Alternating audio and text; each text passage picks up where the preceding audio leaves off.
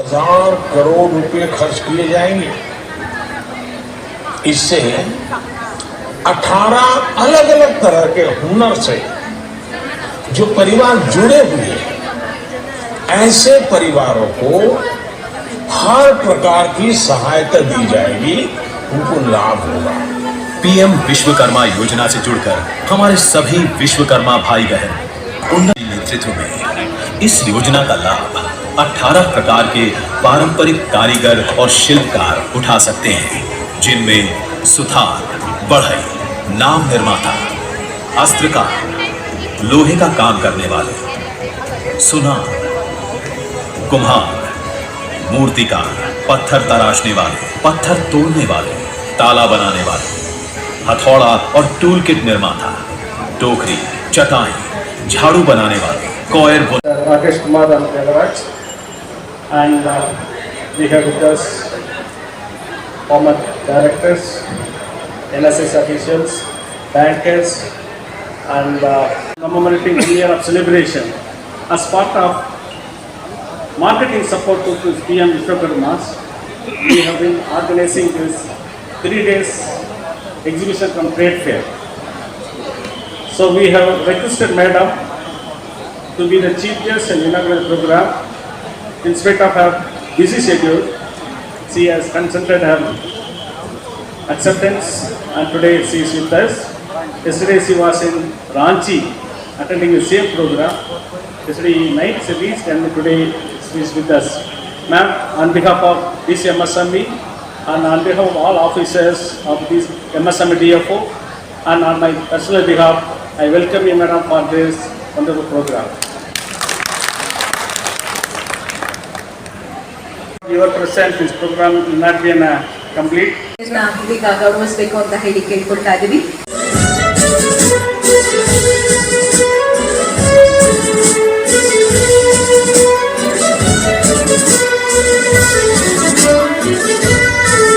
ಜೈ ಭಾರತ ಜನನಿಯ ತನುಜಾತೆ, ಜಯ ಹೇ ಕರ್ನಾಟಕ ಮಾತೆ, ಜಯ ಸುಂದರ ನದಿ ವನಗಳ ನಾಡಿ, ಜಯ ಹೇ ರಸಋಷಿಗಳೇ, ಭೂದೇವಿಯ ಮಕುಟದ ನವಮಣಿಯೇ, ಗಂಧದ ಚಂದದ ಹೊನ್ನಿನ ಮಣಿ, ರಾಘವ ಮಧುಸೂದನರ ಅವತರಿಸಿದ ಭಾರತ ಜನನಿಯ ತನುಜಾತೆ, ಜಯ ಹೇ ಕರ್ನಾಟಕ ಮಾತೆ.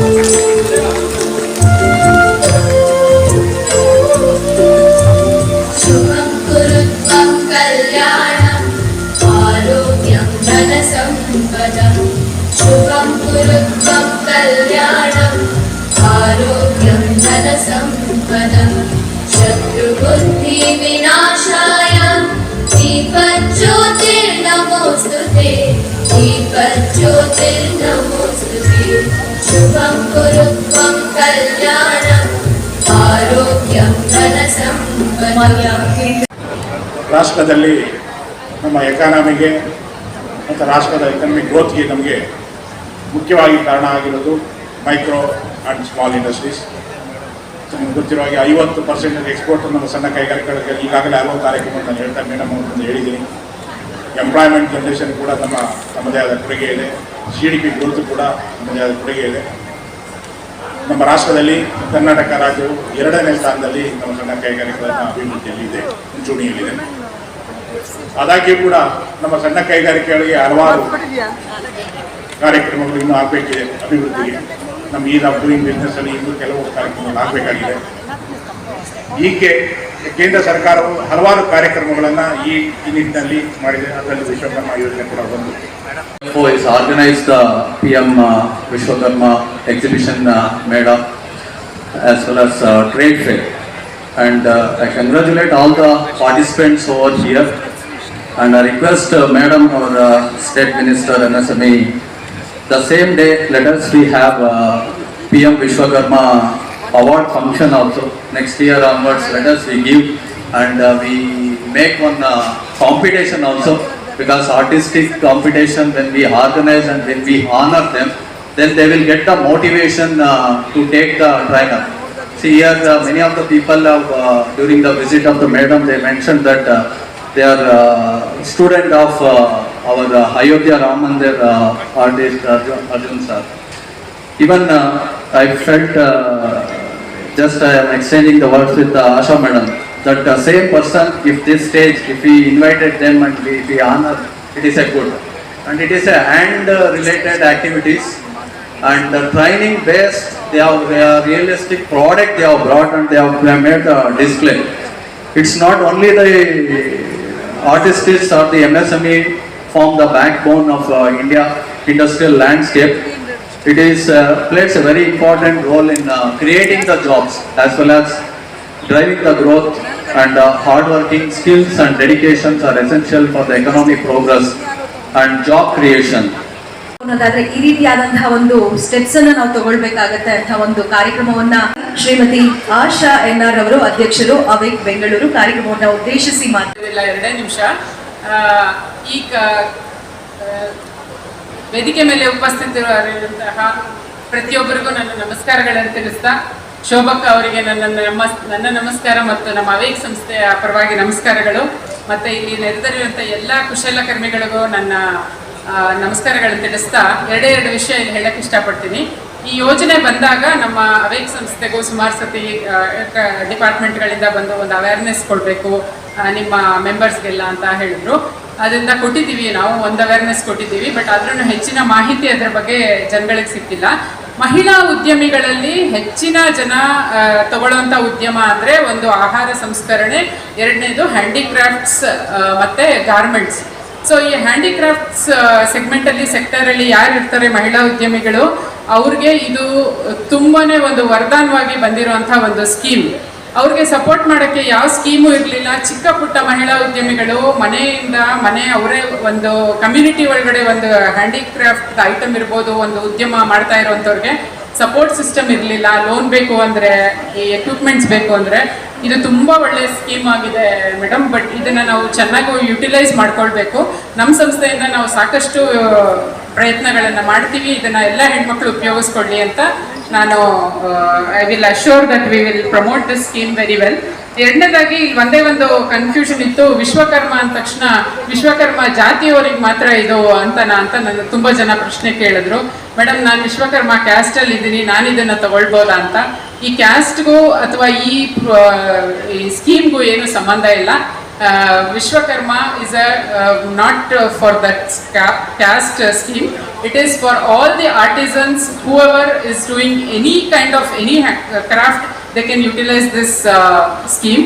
Please ಅದರಿಂದ ಎಲ್ಲರೂ ಬಂದು ಹೆಚ್ಚಿನ ಉಪಯೋಗ ಪಡ್ಕೊಳ್ಳಿ ಅಂತ ಕೇಳ್ತಾ ಇದ್ದೀನಿ. Thank you very much for giving me an opportunity on this dais. Thank you. ಇವತ್ತಿನ ಈ ಕಾರ್ಯಕ್ರಮದಲ್ಲಿ ಭಾಗವಹಿಸಿರುವಂಥ ಸನ್ಮಾನ್ಯ ಶಿವಕುಮಾರ್ ಅವರೇ, ರಾಜಗೋಪಾಲ್ ಅವರೇ, ನನ್ನೆಲ್ಲ ಅಧಿಕಾರಿ ಮಿತ್ರರೇ, ವೇದಿಕೆಯಲ್ಲಿ ಎಲ್ಲರೂ ಇದ್ದಾರೆ. EF ಸೊಕ್ರಟೇಸ್ ಇದ್ದಾರೆ, ಡಾಕ್ಟರ್ ರಾಜೇಂದ್ರ ಅವರಿದ್ದಾರೆ, ರಾಕೇಶ್ ಕುಮಾರ್ ಇದ್ದಾರೆ, ದೇವರಾಜ್ ಎಲ್ಲರೂ ಇದ್ದಾರೆ. ಆಶಾ ಅವರು ಕೂಡ ಮಾತಾಡಿದ್ದಾರೆ. MSME ಈ ದೇಶದ pride. MSMEs are part of nation building. ದೇಶದಲ್ಲಿ ಹತ್ರ ಸುಮಾರು 30 ಕೋಟಿ ಜನಕ್ಕೆ ಉದ್ಯೋಗ ಕೊಟ್ಟಂಥವರು MSMEಗಳು. ಅದಕ್ಕಾಗಿ ನಾನು ಅಭಿನಂದನೆಗಳನ್ನು ಸಲ್ಲಿಸ್ತಿದ್ದೀನಿ. I congratulate them. ಬಹಳ ದೊಡ್ಡ ಪ್ರಮಾಣದಲ್ಲಿ ನಮ್ಮಲ್ಲಿ ಕೃಷಿಕರು, ಕೃಷಿ ಕಾರ್ಮಿಕರು ಇರುವಂಥದ್ದು. ಅದರ ನೆಕ್ಸ್ಟ್ ಬಂದರೆ MSME.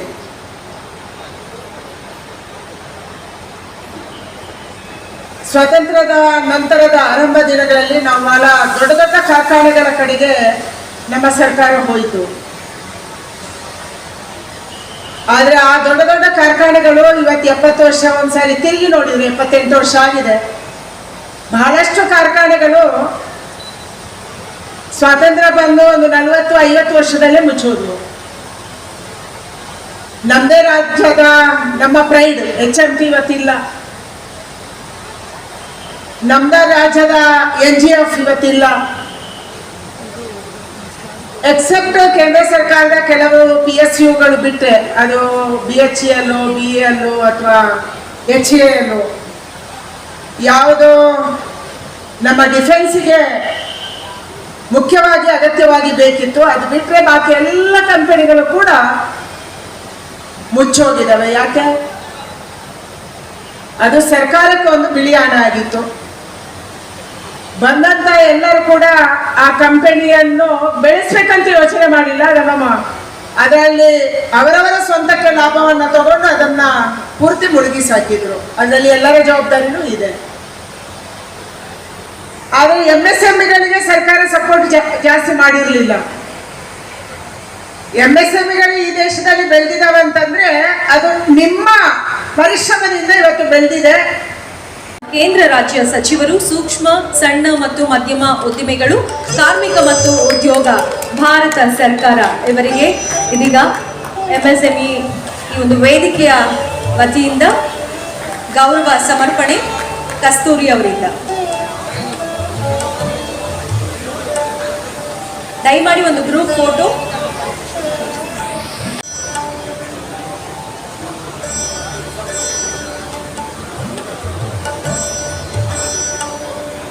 ಈಗ ಮುಂದಿನ ಗೌರವ ಸಮರ್ಪಣೆ ಕ್ಯಾಪ್ಟನ್ ಡಾಕ್ಟರ್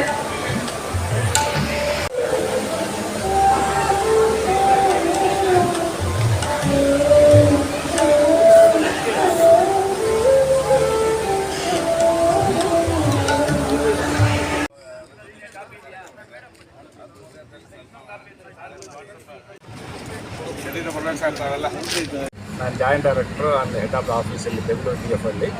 ನನ್ನ ಕಲೀಗ್ಸ್ ಅವರು ಡೆಲ್ಲಿಯಲ್ಲಿ ಬಂದಿದ್ದಾರೆ. ನಮ್ಮ ಡೆವಲಪ್ಮೆಂಟ್ ಕಮಿಷನರ್ ಆಫೀಸ್ ಡೆಲ್ಲಿಯಿಂದ mister Rakesh Kumar joint director, mister Dayalan deputy director.